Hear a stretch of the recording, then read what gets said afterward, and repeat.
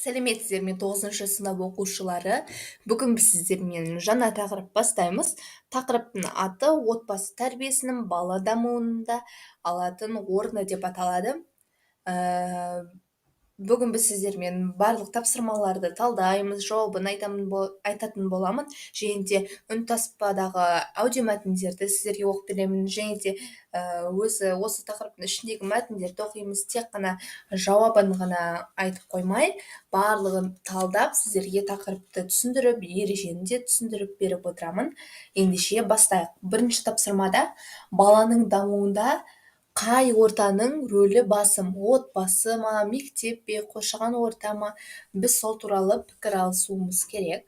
Міне, былай жазсаңыздар болады. Менің ойымша, баланың дамуында отбасы мен мектептің рөлі өте басым. Себебі бала отбасында тәрбие алып, адами құндылықтарды бойына сіңірсе, ал мектепте ол білім нәрін сусындайды деп жазсаңыздар болады. Келесі тапсырма. Үнтаспадан 15-ші аудиомәтінді тыңдаңдар дейді. 15-ші аудиомәтін бізде қателеспесем 130-ші бетте. Міне, енді оқиық. Отбасының басты қазығы, алтын тіреу діңгегі ол бала. Бала жасы кәмелетке толмаған, жан-жақты тәрбиені қажет ететін, болашағынан көп үміт күттіретін жеке тұлға. Ал баланың жеке тұлға болып қалыптасуына ықпал етіп тәрбие берушілер ата-ана, отбасы, араласатын ортасы, жолдастары, тәрбиешісі, ұстаздары. Жеке баланың бойындағы ар-ұяты, адамгершілігі, басқа адамдармен қарым-қатынасы, мәдениеттілігі отбасыдан алынады. Сондықтан отбасы бала тәрбиесінің ең алғашқы ұжымы. Осы ұжымның әрбір мүшесі өзара сүйіспеншілікпен, береке-бірлікпен, сыйластықпен бала тәрбиесіне араласса, кәмелетке толғаннан кейін саналы тәрбиелі жеке тұлға қалыптасатын болады. Өркениетті қоғам дамыған сайын бала саны азайып келеді. Бір баласы бар отбасы тәрбиесіндегі ең басты мәселе балалар қарым-қатынасы жоқтығында.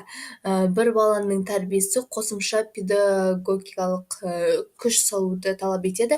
Ата-ананың, ата-әженің жалғыз балаға артық көңіл бөлуі оны белсенділігінен айырылып, баланың эгоистік жақтарын басым болуына септеседі.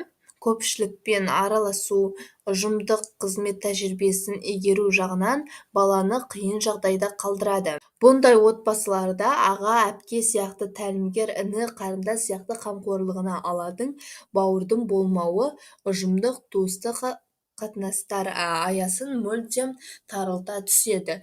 Кейінгі кезде немере, шөбере туыстарды айтпағанның өзінде бірге туған бауырлардың да туыстық қатынастары салқындай бастағаны аңғарылады. Көп балалы отбасының балалары ауылда, мектепте, ұжымда қатары құрбылары арасында тез сіңіп кетеді. Өйткені олар отбасында бір-біріне қамқорлық, құрмет жасауды көріп өседі. Ал бір баламен шектелген отбасындағы балада жатырқау, тасбауырлық сезімдер нығая түседі екен. Міне, сіздермен 15-ші аудиомәтінмен таныс болдық. Енді қайтадан өзіміздің тақырыбымызға оралайық. Келесі бізде 61-ші бет тақырыбымыз. Екінші А тапсырмасында мәтін мазмұны бойынша сұрақтарға жауап беріңіздер дейді. Бала отбасынан қандай қасиеттер алады, санамалап көрсетіңіздер дейді.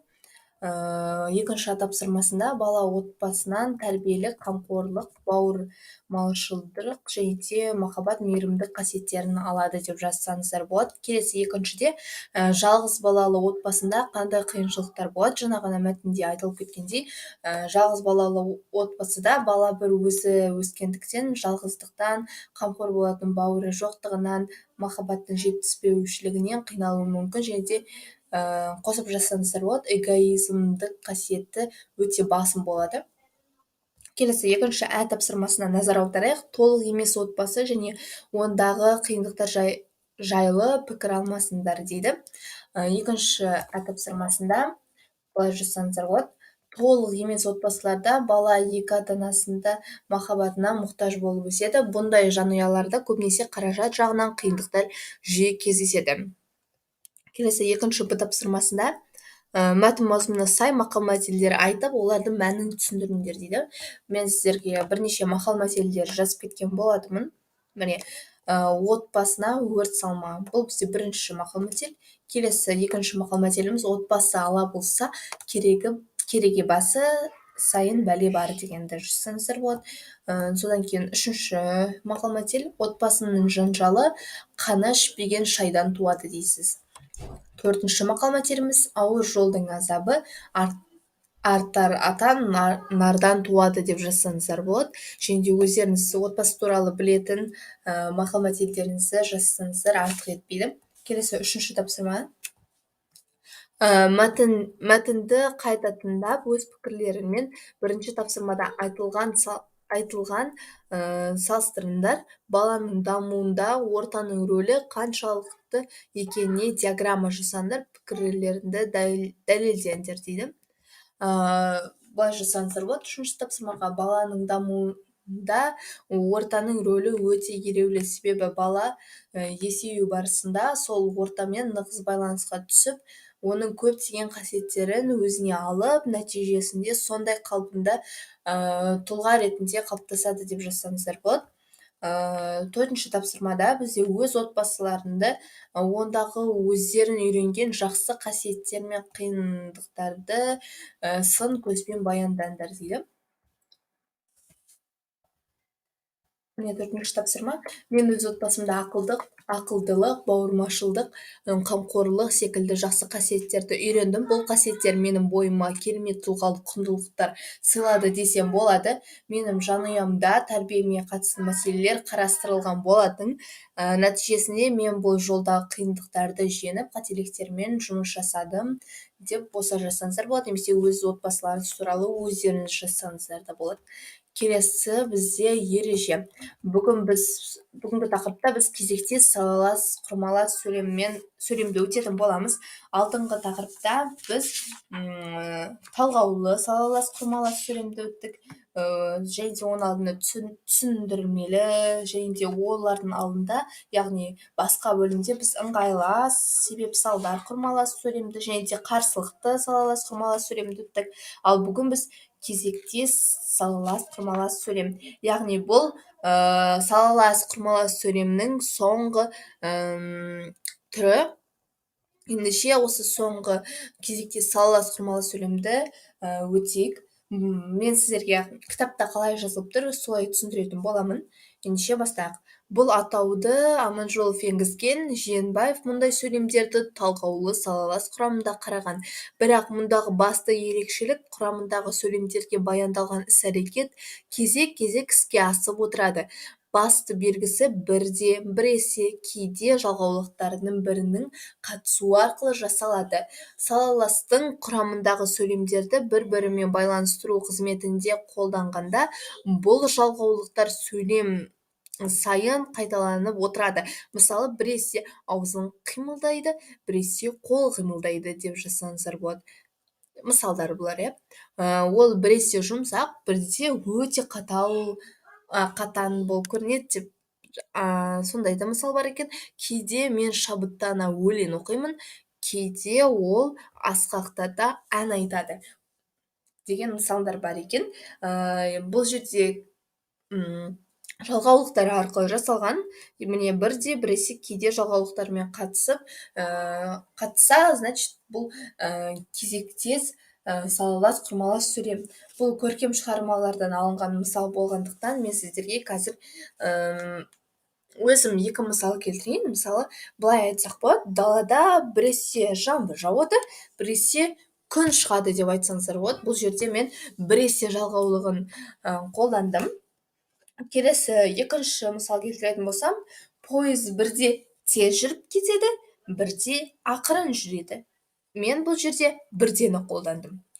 Міне дәл осылай сіздер өздеріңіз сөйлем құрай аласыздар, және де оларды ажырата аласыздар. Егер сіздер менің алдыңғы сабақтарымды көрмесеңіздер, мен осы видеоның астына алдыңғы екі тақырыпты салып кетемін. осы бөлімде өткен алдыңғы екі тақырыпты саламын. Сол тақырыптар арқылы ережені де басқа тапсырмаларды да қарасаңыздар болады. Ал біз сабағымызды әрі қарай жалғастырамыз. 6-шы тапсырмада мәтінді оқыңдар дейді. Дүйсен іштей күбір-күбір етті. Шіркін, біреу ән бастар ма еді? Дүйсеннің ойына сонау бір күндер оралды. Бұның бала кезінде атасы қой бағушы еді. Жаз жайлайтын жерлері төңірегін түгел орман қоршаған жасыл шалғынды жалпақ аңғар болатын. Ортасындағы дөңгелек сазда қаз қаңқылдап, үйректер сымпылдап ұшатын. Сейсен мен Дүйсен ол саздағы томарлардың арасынан күні бойы жұмыртқа іздейді. Кешкісін аяқтары тілім-тілім болып келіп, ас ішуге де шамалары келмей, бір көрпенің астына күміп беретін. Сол жылы көрпенің астында Бейсен, Сейсен, Дүйсендердің бірге жатпағанына қай заман. Ән аяқталғанда апасы терең дем алды. Ақ жаулығының ұшымен маңдайының терін сүртті. Сонан кейін Бебішке бұрылып, «Жә, көңілді бірдеме басташы», деді жай ғана. Келесі әнді Бебіш ойнақшытып әкетті. Әнмен бірге көздері де күлмен қағады. Әсіресе қайырмасында «Жүгере шықтым белеске, той-томалақ бәрі есте, ағайынмен бас қосқан бір ғанибет емес пе?» деп шырқаған екен. Бейсен Дүйсенді құшақтап, қысып алды. «Жеңге, қалай, көмейі қалай бүкілдейдей, ағайынмен бас қосқан бір ғанибет емес пе?» Пах, бірде сенің арқан, Дүйсенжан. Бүгін сен болмасаң, бүйтіп отырар ма едік, Бебіштің үні тынғанда апайы көкірек кере тыныс алды. Бергеніне шүкір Тәңірім. Өстіп бастарын жиі қосыла берсе, шал екеуміз қартаямыз ба? Қайда жүрсеңдер де осы қара шаңырақты ұмытпасаңдар болды ғой. Оның сөзін Бейсен іліп әкетті. Әу ағайын, бастың жиі қосылуын ойласақ, мына Дүйсен несіне анау құм далада қаңғырып жүреді, Сейсен секілді бір совхоздың директоры емес. Ендеше бұны неге көшіріп алмаймыз, Әй балам, босқа сөйлеп қайтесің, деді оған апасы. Ол жер саған құм көрінгенмен, бұлар үшін құм емес.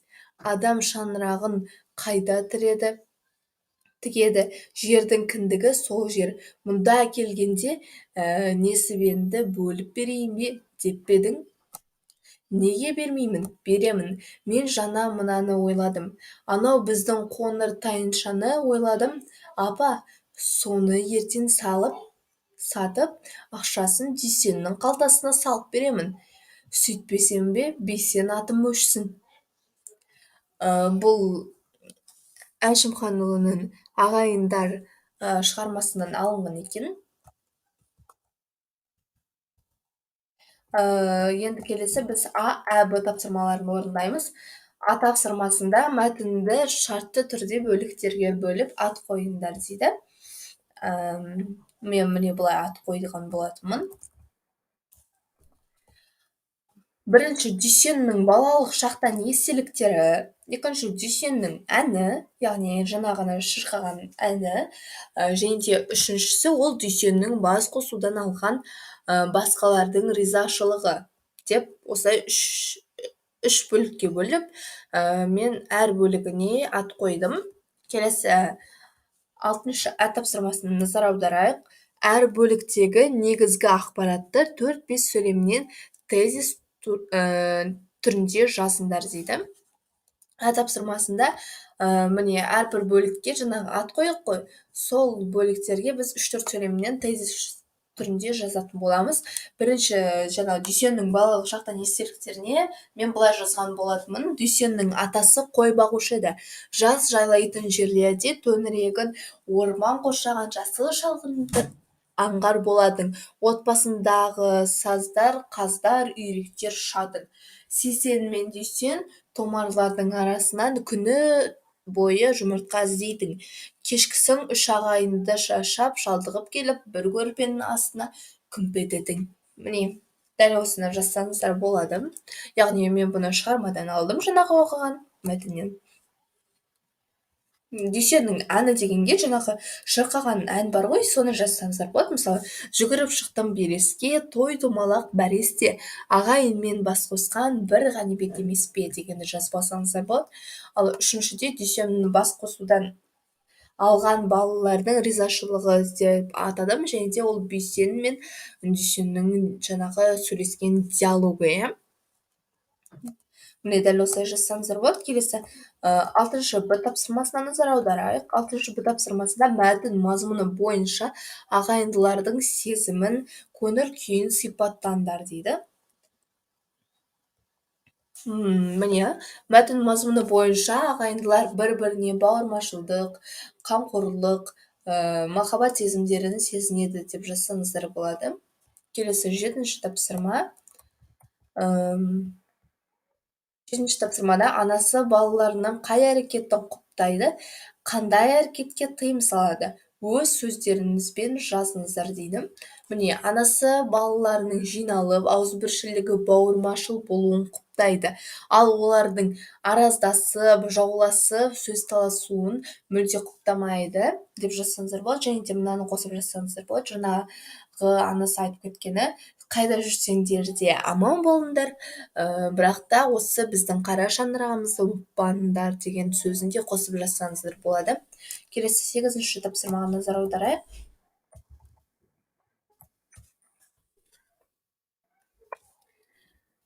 8-ші тапсырмада бізде мәтіннен күрделі пікірді білдіретін сөйлемдерді теріп жазыңдар. Оларды сөйлем мүшелеріне талдау арқылы және немесе құрмалас сөйлем екенін дәлелдеңдер. Сөйлемдердің мағыналық қатынасын анықтаңдар дейді. Міне мына жерде бізде бір үлгі көрсетілген. Ортасындағы дөңгелек сазда қас қақылдап, үйректер сымпылдап ұшатын. Бұл сабақтас құрмалас сөйлем, ыңғайлас мезгілдік қатынасқа құрылған деп жазасыздар. Яғни бірінші сөйлемді тауып аласыздар, және де оның қандай сөйлем мүшесіне жататынын айтасыздар. Міне мына жерде мен 3 сөйлемді алдым сіздерге. Кешкісін аяқтары тілім-тілім болып келіп, ас ішуге де шамалары келмей, бір көрпенің астына күмп беретін дегенді осы сөйлемді алдым. Және де бұл ыңғайлас, бағыңқы, сабақтас, құрмалас сөйлем. Келесі 2-ші сөйлемде ән аяқталғанда апасы терең дем алды. Бұл бізде мезгіл, бағыңқы, сабақтас, құрмалас сөйлем. 3-ші сөйлем Бейсен Дүйсенді құшақтап қысып алды. Бұл бізде қимыл, сын, бағыңқы, сабақтас, құрмалас сөйлемге жатады. Міне осы тапсырмаларды сіздер скриншоттап немесе дәл қазір паузаға қойып жазып отырсаңыздар болады. Келесі 9-ші тапсырмаға назар аударайық. 9-ші тапсырмада мәтіндегі сабақтас сөйлемдерді салалас сөйлемдерге айналдырыңдар дейді. Кешкісін, міне мен 3 сөйлем жаздым, сіздерге оқып түсіндіріп берейін. Кешкісін аяқтары тілім-тілім болып келеді, ас ішуге де шамалары келмейді. Сондықтан бір көрпенің астына күмп береді. Бұл бізде жаңағы салалас, құрмалас сөйлемге жатады. Ал 2-ші ән аяқталды. Апасы терең дем алды. Яғни мен жаңа осы жоғарыдағы сөйлемдерді жаздым. Бұл салалас, құрмалас сөйлемге жатады. Ал Бейсен Дүйсенді құшақтады, қысып алды деген сол салалас, құрмалас сөйлемге жатады. Оқушылар, қараңыздар, сіздер мына жерде жаңа мән бердіңіздер ме? Қараңыздар. Мына жерде бізде сабақтас, ал мына жерде бізде салалас. Мен дәл сол сөйлемдерді алғаныммен мен бұларды айналдырып жаздым. Мысалы, қараңыздар, бірінші тапсырмада, бірінші сөйлемде кешкісін аяқтары тілім-тілім болып келіп. Көрдіңіздер ме? Міне мына жерде келіп деп тұр. Ал мына жерде кешкісін аяқтар тілім-тілім болып келді. Яғни бұл ары қарай сөйлемнің жалғасуын талап етпейтінді біз салалас деп айтамыз. Ал келіп деген, мысалы, біз олай мына жерде нүкте қоя алмаймыз. Қараңыздар, кешкісін аяқтар тілім-тілім болып келіп деп бұл сөйлемнің жалғасуын талап ететінді біз сабақтас деп атаймыз. Сол себептен сіздер кішкене мән беріңіздер. Мына жерде келіп болса, мына жерде келді. Енді қараңыздар, мына жерде тағы да үтір арқылы келмей, ал мына жерге келмеді деп жаздым. Яғни бұл жерде де тағы да сөйлемнің жалғасуын талап етпейді, ал мына жерде келмей деген ол талап етіп тұрған жері. Мына жерде беретін, міне баяндауыштарын ғана ауыстырасыздар. Мысалы, беретін дегенді мен берді деп, яғни ді деп тағы да талап етпейтіндей нүкте қойған болатынмын. Аяқталғанда, көрдіңіздер ме, да деп тұр. Ал мына жерде мен ән аяқталды деп тұрмын. Яғни ән аяқталды деп нүкте қоюға болады, ал мына жерде ән аяқталғанда деп нүкте қоймайсыздар. Яғни бұл жерде сабақтас, ал мынау салалас. Тағы да айтамын, талап етпейтін, мынау талап ететін. Апасы терең демалды. Апасы терең демалды. Бұл жерде уже нүкте болғаннан кейін өзгертпейміз. Келесі, Дүйсенді құшақтап, құшақтады. Көрдіңіздер ме? Д мына жерде. Міне қараңыздаршы. Құшақтады деп тұр ғой міне. Д-ны мен қазір сіздерге жасылмен қойыншы. Міне құшақтады деп тұр, иә. Ал мына жерде құшақтап деп тұр, міне қараңыздар. Сіздер сөйлемді сабақтастан салаласқа ауыстырған кезде баяндауыштарын ғана ауыстыру арқылы сіздер сөйлемді өзгерте аласыздар. Сол себептен тек қана баяндауыштарын ауыстырамыз. Өйткені біз солай ғана сөйлемдерді басқа сөйлем мүшелеріне ауыстыра аламыз. Мына жерде құшақтап болса, мына жерде құшақтады. Және де қысып алды. Ол бізде артынан нүкте қойғаннан кейін бұл жерде біз ешнәрсе қылдырып өзгермейміз. Және де мына жерде мысалы бағың қыз, қимылсын бағың қыз сабақтас құрмалас сөйлем болса, ал мына жерде бізде салалас құрмалас сөйлем. Егер түсінікті болса, келесі соңғы 10-шы тапсырмаға назар аударайық. 10-шы тапсырмада мәтіндегі ақпаратты пайдаланып кезектес салаласқа сөйлем құраңдар. Сөйлемдерді талдау арқылы жай немесе құрмалас екенін анықтаңдар. Мысалы, үлгіде көрсетілгендей, Дүйсен біресе ән салғанды қалайды, біресе жастық кезде еске алады. Бұл жай сөйлем, себебі бір адамның кезек әрекеті. Келесі, міне мен сіздерге тағы да 3 мысал келтірдім. Кезектес салалас сөйлемдерге, себебі бүгін біз өткеніміз кезектес салалас болғандықтан, именно мен сол түріне алдық. Біріншіде Бейсен Дүйсенді біресе құшақтайды, біресе қысып алады. Яғни бұл іс-қимылдар бірінен кейін бірі кезектесіп орындалады. Сол себептен бұл кезектес салалас сөйлем деп аталады. Және де біресе деген жалғаулықтар арқылы жасалады. Келесі екінші, ол анасы бірде күледі, бірде қуаныштан көзіне жас алады. Ол жерде тағы да іс-қимылдар бірінен кейін бірі кезектесіп орындалады, және де бірде дегенді қолдандық. Ал мына жерде мен біріншіде біресені қолдандым, келесіде бірдені қолдандым. Ал үшіншіде біресе әнмен бірге көздері күлмен қағады, біресе бірге ән айтады. Мен бұл жерде тағы да біресені қолдандым, және де бұл іс-әрекеттер бірінен соң бірі кезектесіп орындалады. Және де бұлар салалас деп тұрмын, яғни сөйлемнің аяқталуы мүмкін, яғни бұл сөйлемнің келесі жалғасуын талап етпейді. Ал жаңа мен сіздерге түсіндірдім, сабақтаста ол жалғасуын талап етеді, ал салалас дегеніміз ол жалғасуды, сөйлемнің жалғасуын талап етпейді.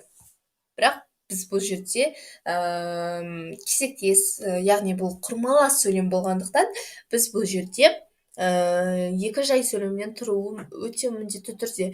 Әйтпесе біз міне құшақтайды деген жерден аяқтайтын болсақ, бұл бізде тек қана жай сөйлем болады. Ал құрмалас сөйлем дегеніміз екі немесе одан көп сөйлемдерден тұратын күрделі ойды білдіретін сөйлемдерді біз құрмалас сөйлем деп атаймыз.